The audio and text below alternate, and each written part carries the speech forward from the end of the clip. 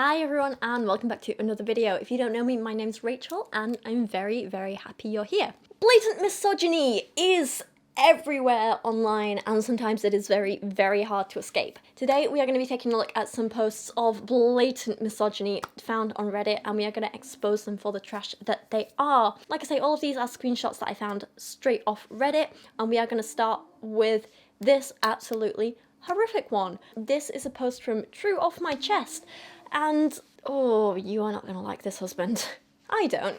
My husband scolded me for giving him gifts instead of sex.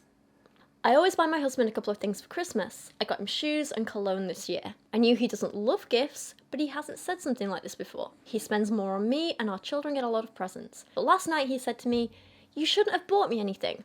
I would have preferred sex." I didn't know what to say at first, so I said, "But that's not special." He told me, "You're special to me. I can buy myself what I want. Next year, just take your clothes off." I nodded, I felt self-conscious. He has the right to tell me how he feels, but it's like a dagger in my heart. I don't know why it hurt, but it did. Oh my god, this poor woman. I just want to give her a big hug. I really, really do. Now, this would be different if the husband had said, "Hey, you don't need to get me anything physical. I'd just like to spend some time with you. Maybe we could have a date night together. Maybe we could plan a romantic evening. Maybe we can go away for the weekend." But instead, he was like, "No, sex is transactional. It's a thing you give me. You give me sex. That is a gift. It is a thing you owe me." And that's where the problem is. That's the blatant misogyny. When you stop viewing sex as a shared experience and you view it as a transactional experience, that's where the misogyny comes in. For a couple like this, sex should be about sharing something together. It should be about them both getting something out of it. But the fact he's like, "No, my present is, you're going to do this for me with your body. Your body is my present. I'm going to do something to your body and you're going to let me." That's where it stops being a shared experience and it starts being him objectifying her and sexualizing her in a way that she clearly wasn't comfortable with. That's why this is blatant misogyny and I feel so awful for this woman. I feel like this maybe isn't the end of the world. I think like with couples counselling and then both talking about why they feel this way and him becoming a little bit more aware of his probably at this point sort of internalized misogyny or more like non-conscious misogyny that he's probably not aware he even feels because, you know, it's been so ingrained in him. I feel like if they talk about this and they work through these issues, this is definitely something they can come out the other side of. But I think this is a really interesting example to talk about because this isn't a man blatantly saying, "I hate women, women suck, women's stupid." This is a man who clearly loves his wife. He's like, "Yeah, you're special to me." But he still views her body as an object. He still views sex as transactional. He still views them having sex as something she's giving to him and not a shared experience. And that's because that's what a patriarchal, misogynistic society has taught him sex is about. And that's something he needs to unlearn and work on. It's subtle, but it's damaging, you know? Our next post is chock full of internalized misogyny from a woman. And this one is more obvious, it's more blatant, but it's interesting because, like I say, this is coming from a woman. Normally we hear sentiments like this from a man, but there are women who feel like this, and we're going to talk about why in a moment. So this was in r/confessions. "I don't see other women as full people. I tried being friends with other girls, but I can't relate to them at all. They've all been so boring, childish, and NPC-like. They never want to do anything exciting because it's scary. All they want to do is dress up and sit somewhere public like a cupcake on display and gossip about people. They never have any creative ideas. I always have to come up with stuff and then convince them to do it. Otherwise, nothing ever happens and we just sit around. When I manage to drag them into some adventure, they start whining that it's late or cold and they want to go home. Then I have to walk them home because they're afraid of going alone. Or they'll wear heels and bring some stupid purse to a hike. Then if I want us to move forward at all, I have to carry their stuff and give them my shoes. It's not like we're peers at all, but I'm their mummy or a designated protector knight. Men are different. They have a deep, meaningful inner world full of ideas. When we hang out, we often brainstorm silly business ideas, or conquer new territories by climbing some inaccessible places, or attach a swing to a tree, or make a raft and swim to a tiny faraway island on a lake and camp there. It's fun, it makes me feel alive, and best of all, I don't have to be the one to initiate everything and beg. It's so much easier to be around men. It's like they're real people with interesting personalities and actual competent brains." This annoys me so much. She's comparing two very different types of people and making it seem like it's a gender difference instead of just a personality difference. There are also going to be men who hate doing this stuff, and there are women who love doing this stuff. You know, you're one of them. The problem is you're just looking to the wrong people to do certain things with. This isn't a problem with all women. This isn't a pro of all men. Like, I'm sorry that the women you're around don't have the same interests as you. That is hard. That's difficult. I know it's an unpleasant situation to be in, but you can't blame all women for it, and you can't throw insults at them, like calling them boring, childish, and NPC-like. Have you ever thought that maybe they come across as boring because they don't have anything to say to you, because you guys don't have any interests in common? Maybe they find you boring. Maybe they find your interest childish. You just don't have the same things in common, and that's okay.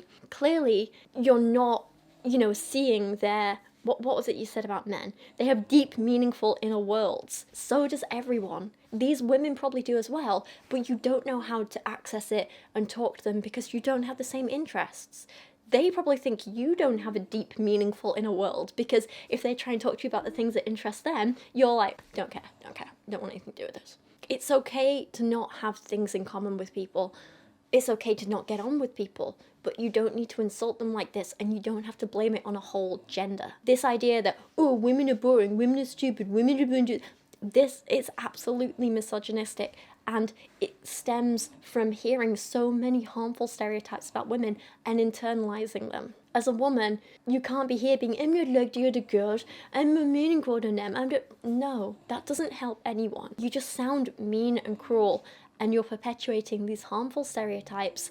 You're making it worse. You are being misogynistic. You need to stop. You need to realize that these are stereotypes. They're not true. Just because you don't get on with these women, it doesn't mean that's a problem with all women in general. It sounds to me like this woman is probably feeling a little insecure because she's around this group of women that she doesn't have anything in common with. She doesn't get on with them. And I understand that does make you insecure. That does make you angry. It does make you want to lash out. I know, I've been there when I was a teenager. Like, I think a lot of us kind of go through that stage where we feel insecure and we take it out on other people, like, oh, well, it's not me. They're the boring ones, that sort of thing. But you have to realize that this is a you problem.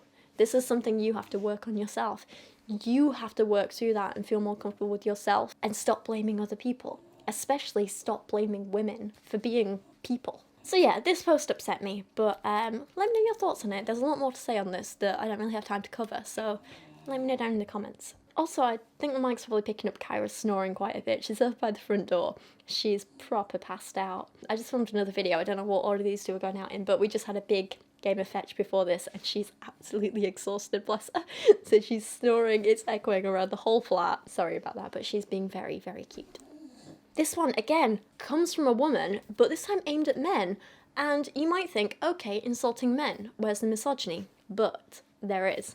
This woman says, men shouldn't cry unless there's a death of a loved one or a serious tragedy, and even then it should be discreet. The modern mental health propaganda telling men it's okay to cry is harming them because they not only lose respect from others, they lose respect for themselves. This is absolute crap. It really is. Just nonsense. There's nothing wrong with having a good cry. Having a cry doesn't make you weak. It doesn't make you lesser. No one loses respect for someone who cries. It's a very, very normal human emotion. This again comes from internalized misogyny, where we're taught, oh, being a woman is weak. Women are seen as more emotional stereotypically, therefore emotions are weak. Therefore a man displaying emotions is weak. Oh, let's shame men for that. It is, I know it sounds silly, it's like a long thing, but this is a result of internalized misogyny, and this is one of those times when misogynistic ideas, a patriarchal society, works to the detriment of men. This is not okay. This is a horrible thing to say. There's nothing wrong with anyone expressing emotions. It's healthy. Whether you're a man or woman or a non-binary person, doesn't matter. You can express your emotions however you need. And sometimes having a good cry really is the best thing. And if someone like this is going to be judgmental, then they're the one who needs to be cut out of your life, not you expressing your emotions in a healthy way. This one I found on the Blatant Misogyny subreddit itself, and there was a news article posted of this teen reported her Chili's manager for sexual harassment, and her co-workers threw a party to shame her with a cake saying F Emily and then her surname. This is disgusting. Obviously, some people are angry. A grown man harassed a 16-year-old girl for 2 years and even showed up to her school and house multiple times, and yet they blame her for his termination. There are layers of misogyny here because the man sexually harassing her, the co-workers blaming her, and then the comments when this story was posted. Let me read you some. This person says, Amber Heard, F believing every woman. Now, I followed the whole Amber Heard and Johnny Depp case for a while until it just became this, like, media circus where the focus was more on their personalities than the abuse. It just... it upset me to see what it became. Now I don't really know what to think. For a while, I thought Amber Heard was in the wrong. Now I've seen other stuff, I don't really know what to think. But because I wasn't there, I'm not really going to comment publicly. But one thing that does upset me is this narrative that because one woman was caught lying, now so many people are undermining the actual experiences of other women. That's terrifying. We've made so much progress over the years actually listening to women's stories of harassment and abuse and assault, and now it feels like this is a huge step backwards where so many people are like, well, one woman did a bad, so all women are bad. One woman lied, so now all women are lying. And it upsets me so much, and I hate seeing comments like this. Thankfully, this did get downvoted, but screw this person. Still believe women. It bothers me. The next comment was, aside from whatever happened with her manager, if her co-workers threw a party with that cake, she's probably a huge bitch. No, let's stop insulting strangers online just for the sake of it. It's hard because sometimes I do say things like, oh, well, you know, like if everyone's against you, like if everyone has the same problem with you, then maybe the problem is with you and not them. But in this case, it's hard because her manager is an adult, and if he's been harassing her, she's a child. She can't really do anything about it. She doesn't have that power. And I'm not saying this is what happened, but in my experience, there are some men, especially men in positions of power, who are incredibly charming, and they charm everyone around them. They're incredibly personable. They have this charisma, and, you know, they can encourage people to get on their side and stuff. So if someone stands up to them and says, actually, you're making me uncomfortable, that man or person in position of power can turn everyone else against them. That could very much be what happened here. Just because these people are victim blaming, that doesn't mean it's her fault. Does that make sense?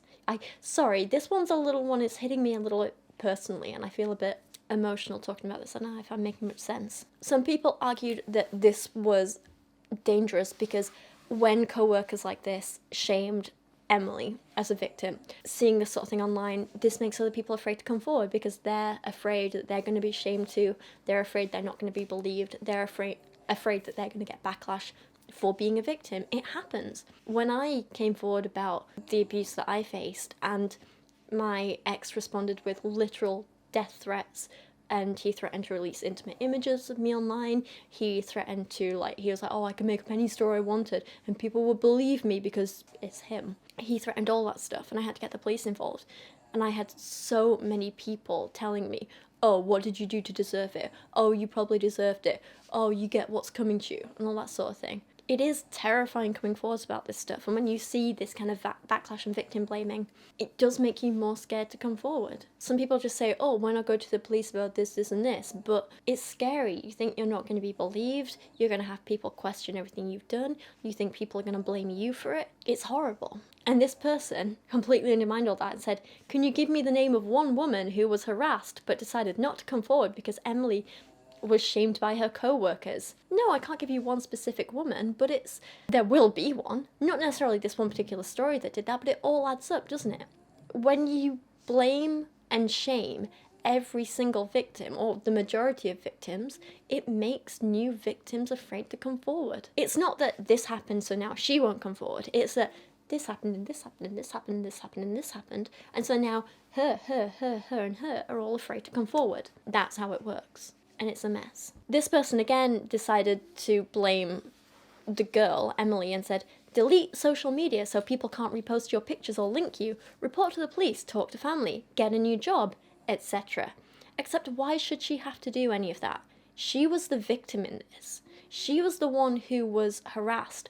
Why should she have to change her life and cut people off and get a new job because a man tried to hurt her? That's not fair. Then there's this person who left a small essay. I looked up a few articles on this case. At first I thought it must be some much older guy, like in his 40s or 50s. I was wrong. The manager was a man in his early 20s. Okay, still an age gap there. Still the fact he's in a position of power over her as a manager as well. It's still bad, but not as bad. And then I thought, oh, the guy must have been saying all sorts of perverted and weird things and groping her and being a general weirdo. I was wrong. He seemed like a nice guy according to the article, showered her with gifts, so he was being a simp. Then I thought, she must have rejected all of these gifts. She wants nothing to do with this guy. The gifts were mostly flowers and money. According to the article, she accepted all the gifts. She was basically treating him like a sugar daddy. That can give a man the impression that you like him if you accept a lot of gifts from him. So she turns 18. He's been showering her with gifts for over a year or two now. It's her birthday. He shows up at her high school with a big thing of flowers and asks her, will you be my girlfriend? She basically goes, ooh, no. Shot down and shot down hard. So this guy over a long period is showering her with presents of money and flowers and little gifts and being super nice to her. So he's confused because she accepts all these gifts from him and he still likes her. So he keeps trying to be with her for a short time after that and still gets shot down by his former sugar baby. He goes nice guy for a month or two, angry over all this time and energy invested for nothing. Eventually the guy's like, you know what, I'm done with her. He moves on. He finds another woman closer to his age to try and get to be his girlfriend. Then and only then does Emily come forward with her story, when he's no longer pursuing her. Josh is an awful person for being such a simp / sugar daddy, then going nice guy. He's not a sympathetic character. He should have known better. He's a moronic simp that put her on a pedestal and got exactly what he deserved. Emily is also an awful person too. You don't accept gifts like money and flowers from a guy if you have no interest in them. That's called being a hoe. She should have told him to stop, and possibly reported him to other managers and her parents or the police if he didn't get the message. Then her timing on reporting him, really? When the gifts stop rolling in and he moves on? Despicable timing. She knew what she was doing. They both suck. This makes me so angry. This is a terrible interpretation of that story. She wasn't being a sugar baby. She was a child he was trying to groom. She wasn't accepting the gifts because she was greedy and, oh, give me this and this and this. She was a child. She was 16. It's difficult. In 16 in the UK, you can leave school. You're kind of an adult, but you're also not. You don't have the mental capacity to deal with an adult in a position of power being like this. For the purposes of this story, she was essentially still a child, you know? He's a grown man. Sure, he's in his 20s, but he's in his 20s, you know? He's an adult. He's got his life, you know, he's finished school and university, he's doing all this stuff. His brain's developed, he's whatever. She's a 16-year-old child. He's in a position of power. He's her manager, and he's giving her all these things. Maybe she tried to say no, and he kept forcing them. Maybe she thought, if I say no, I might lose my job. Maybe at first she was flattered, and then she felt uncomfortable and didn't know what to do. When you're a child, you don't know how to handle these situations maturely. You don't know what is appropriate and what isn't. You're maybe scared of this man. It's not her fault at all. He was the one who shouldn't have been giving her those things in the first place because she was his employee and she was a child. Things like turning up at her school, not appropriate, not okay. Waiting until she turned 18 to ask her out, that is literally the epitome of grooming. You shower a kid with gifts and attention and then try and sleep with them the minute it's legal. That is grooming. And the fact that she only reported him when she turned 18 is not because, oh, she was sad she wasn't getting gifts anymore. It's because by then, she finally feels older and mature enough to deal with this. She's maybe stopped being scared. She knows how wrong this was. She started to realize because she's growing up, she's maturing. Maybe now she's moved away, she's got another job, so she's not in fear of losing her job and only income anymore. This interpretation of what happened is disgusting and victim blaming. And she doesn't seem like an awful person. She was a victim in this. That's not okay. The last post we're going to look at is just a very short one.